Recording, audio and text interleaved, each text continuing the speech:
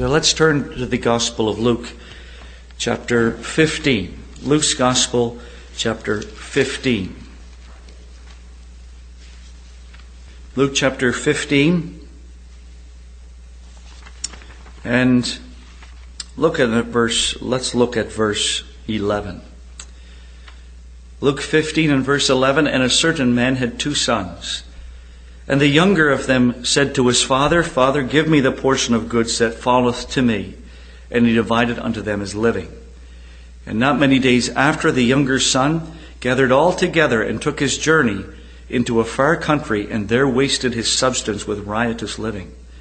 And when he had spent all, there arose a mighty famine in that land, and he began to be in want. And he went and joined himself to a citizen of that country, and he sent him into his fields to feed swine. And he would fain have filled his belly with the husks that the swine did eat, and no man gave unto him. And when he came to himself, he said, How many hired servants of my father's have bread enough and to spare, and I perish with hunger? I will arise and go to my father, and will say unto him, Father, I have sinned against heaven and before thee, and am no more worthy to be called thy son. Make me as one of thy hired servants. And he arose and came to his father. But when he was yet a great way off, his father saw him and had compassion, and ran and fell on his neck and kissed him. And the son said unto him, Father, I have sinned against heaven, and in thy sight, and am no more worthy to be called thy son. But the father said to his servants, Bring forth the best robe, and put it on him, and put a ring in his hand, and shoes in his feet. And bring hither the fatted calf, and kill it, and let us eat, and be merry. For this my son was dead, and is alive again. He was lost, and is found. And they began to be merry. Now his elder son was in the field, and as he came and drew nigh to the house, he heard music and dancing. And he called one of the servants, and asked what these things meant. And he said unto him, Thy brother is come, and thy father hath killed the fatted calf, because he hath received him safe and sound. And he was angry and would not go in. Therefore came his father out and entreated him. And he answering said to his father, Lo, these many years do I serve thee, neither transgressed I at any time thy commandment, yet thou never gavest me a kid, that I might make merry with my friends. But as soon as this thy son was come, which hath devoured thy living with harlots, thou hast killed for him the fatted calf. And he said unto him, Son, all that thou art ever with me, and all that I have is thine.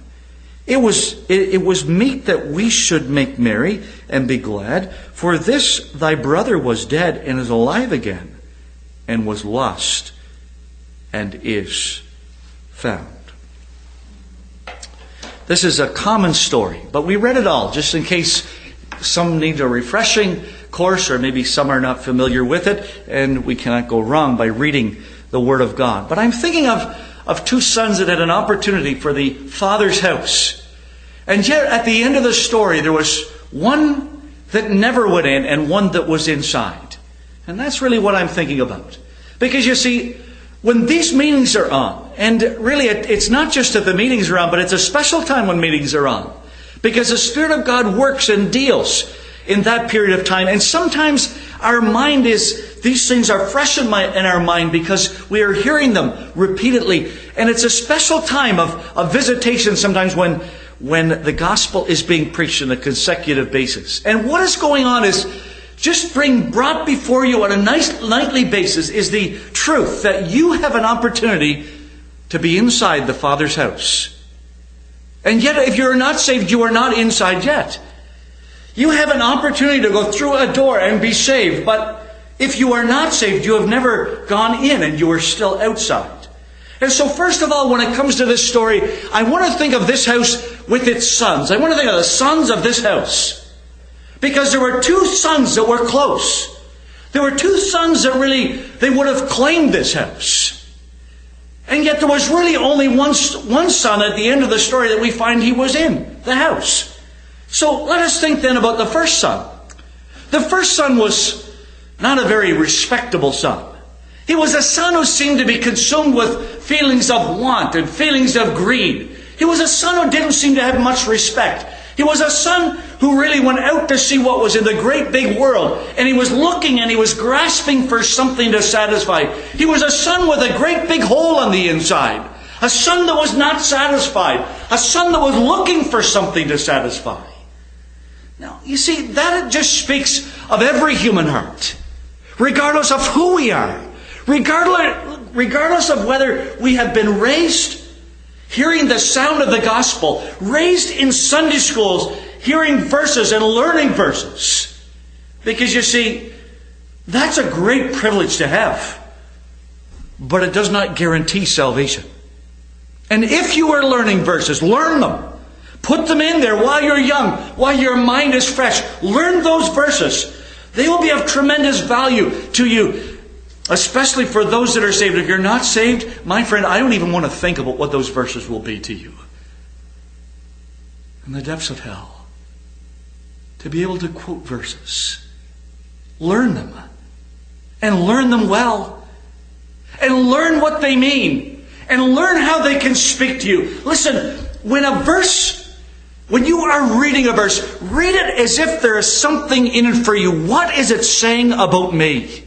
What is it saying about God? Learn the verses and learn them well. Here was a son that, despite the fact that he was raised in a place that there would have been that teaching. There would have been the Word of God. There would have been the truth of sacrifice. There would have been a measure of an external conscience of parents that taught him and guided them. And guided this son. And all those parents were trying to do was trying to cause so that when they would grow up, the conscience that was external, that was imposed upon them, that it would become internal when they grew up. Do you realize that that's what your parents are trying to do? They're trying to mold you and shape you, not to make you miserable. But they're trying to mold you and shape you, and they're trying to be your conscience from the outside. They tell you what you can do and what you can't do. But the day is coming when, like this son, you will have choices to make by yourself. And what parents wish and their desire is that when it comes your day to make your choices, that you would not do like this son and go searching in the world for something that can never satisfy. This son thought he was in want when he was in the Father's house. And yet later he finds out all I ever wanted and all I ever needed was right there.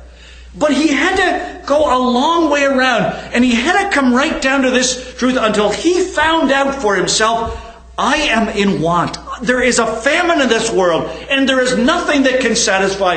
And he was a boy that consumed everything that his father had passed on. He had wasted his substance. He had wasted his time. And then he begins his journey back. You know what this son was? He was just a sinner. He was hungry. He was wanting. He was greedy. And that just drove him to more and more and more sins. Until he was right down at the level of the beasts. And what the beasts were eating, it actually looked as if it was something that would satisfy him. You know, that's our world. And there are Christians' sons and Christians' daughters that leave a Christian home and they go out to a dark world where there's a famine. And they have no idea how low they will go. They have no idea the depths to which they will stoop. They have no idea of the capacity for evil that their own hearts have. Because all our hearts are the same. And do you know what they eventually find? That they, like this son, are at the level of beasts.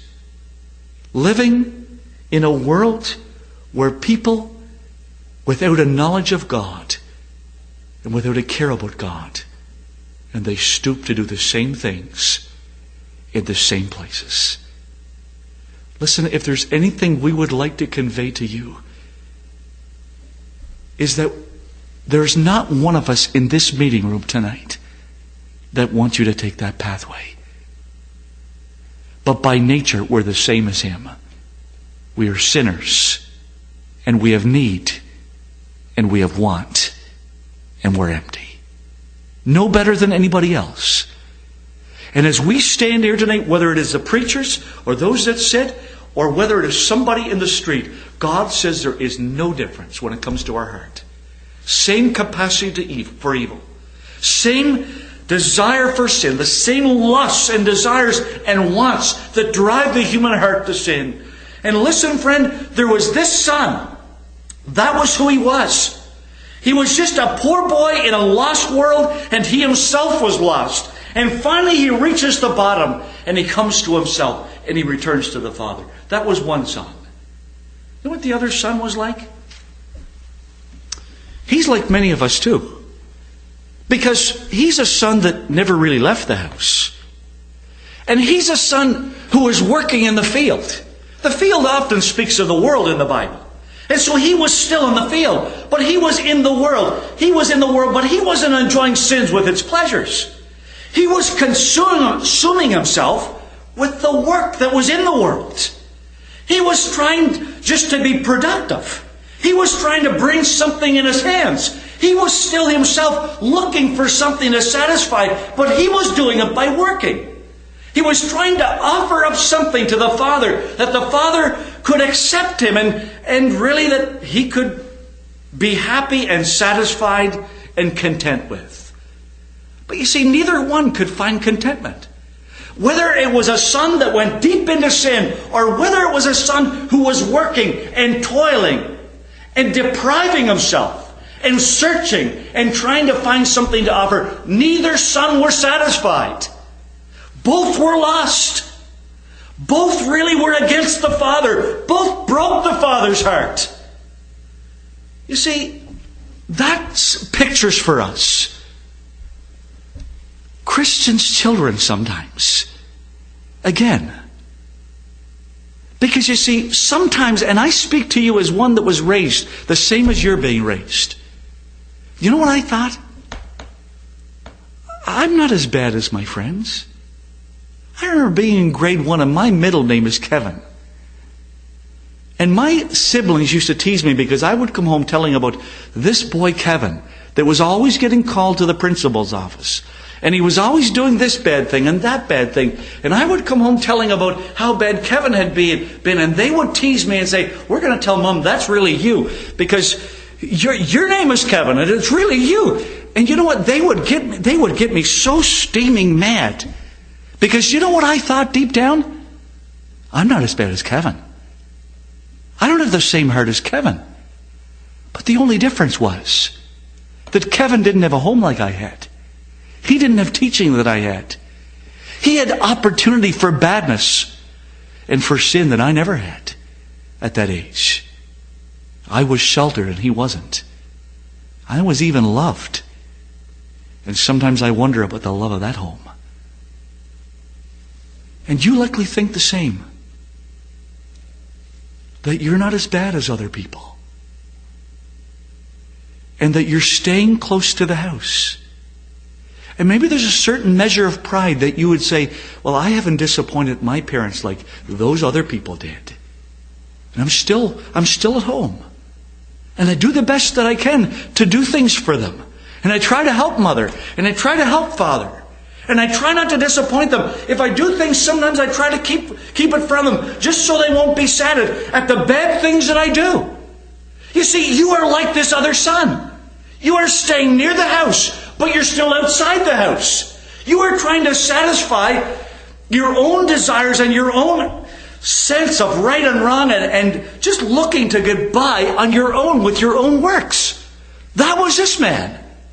But as this story begins, both are outside the house. Or rather, as this one story, as one son, he's outside at the beginning, he's in at the end. But the other son, the end of the story, we find he's outside the house.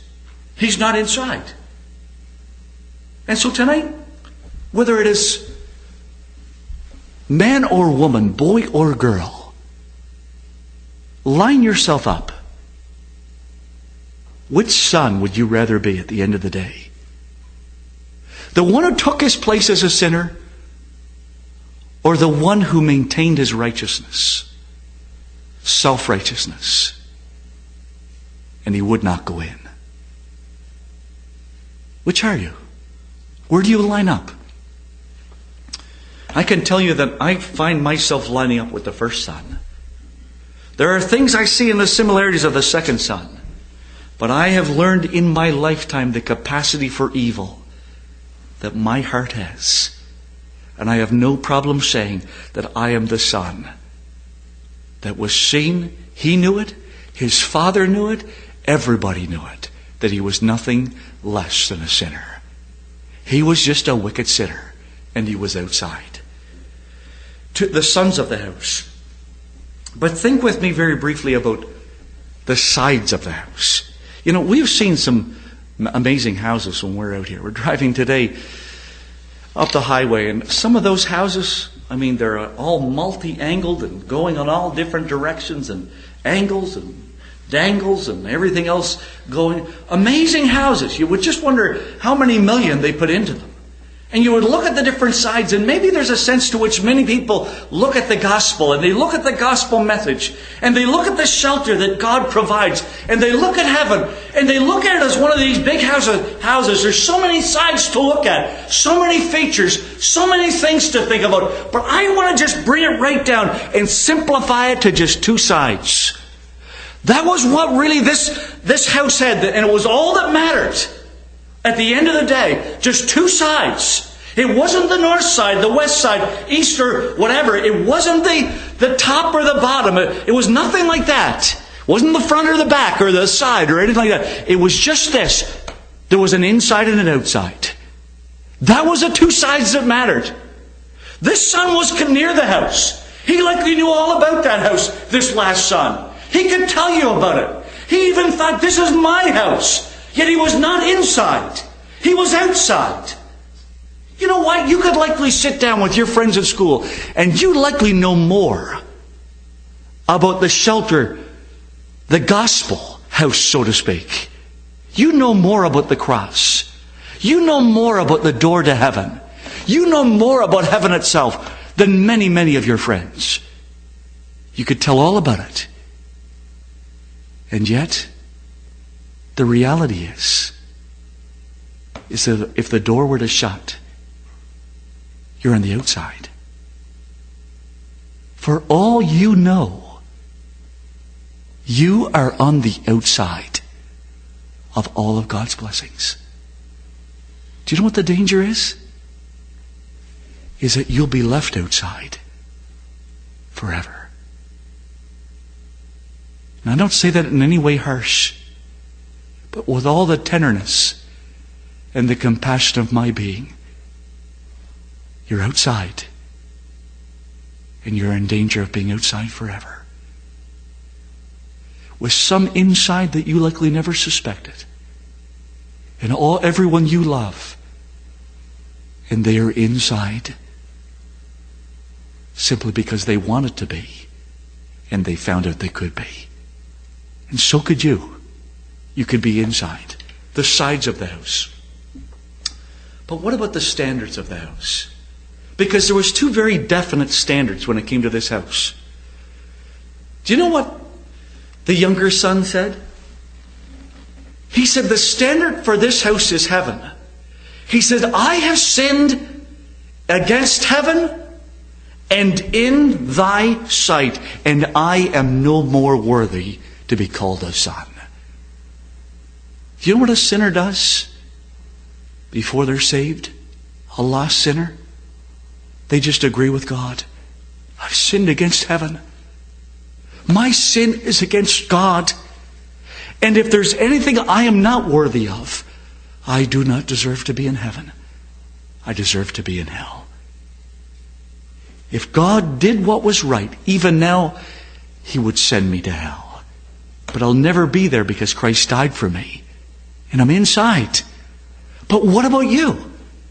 This son, the standards of the house, he had no problem with it. They were heaven's standard. It was God's standard. God, the Father, has a standard tonight. It's in the Bible. And what you need and what you want to do is to be judged. Allow yourself to be judged with God's standard. Never mind your own standard, because that was the second standard. The second son, he had a standard. Listen to what he says. He says, I've never left you. As if that was something. And he says, neither have I transgressed at any time thy commandment. Boy, that's quite a claim, wasn't it? He says, I've never once broken your law to his father. Imagine. Now you know that's a ridiculous claim. But that's what he was trying to say. In other words, do you know what he was really boiling it down to? I have my own standard. And as far as I'm concerned, it'll have to be good enough because it's my standard. And I'm good enough for me. You know that that's what people do in our world? And maybe you're doing it. Maybe you're saying, I'm not as bad as others, but I'm good enough. I must be good enough. But that is coming by your own standard and not by God's. Which standard will you allow yourself to be judged by? Heaven's standard or your own standard? The son that was inside was judged by heaven's standard. The last thing I want to just mention as I close is this. The singing of the house. Because the elder son, he came and he heard the singing and dancing. He heard the music. You know what that represented? Joy. Overflowing joy. Why? Because of the provision of that house. There was a reason for the singing. There was a robe. Do you know there's garments of salvation for the sinner? There was a ring on his hand. It spoke of something eternal, no beginning, no end. Eternal security. There was shoes in his feet. He come home barefooted, clomping along. Now he's got shoes in his feet. You see, the servants, they would just go bare feet. And he come home on the level of a servant. His shoes were gone. But the father said, this is a son, put shoes upon him. It marked him, those things. But you know what else was there for him? Thou, even the older son knew this, thou hast killed for him the fatted calf. For him. Do you know what tonight? For those of us that are saved, and for you, we could even tell you, as far as God is concerned, He has killed for you the very best. He has provided for you the very best. He has punished Christ so that you and I could be inside. So there could be singing. And the singing that begins here on earth, the joy of the Christian, will continue forever and ever and ever. And all this other son had was to sing about was himself. What he had done. It was a very sad song. I was gypped. That's the songs of our world. But the songs of the house and the songs of heaven are about the joys, the provision that God has for us. I know you know there's joy. It would be a wonderful thing today if you came to experience it and you were inside the house.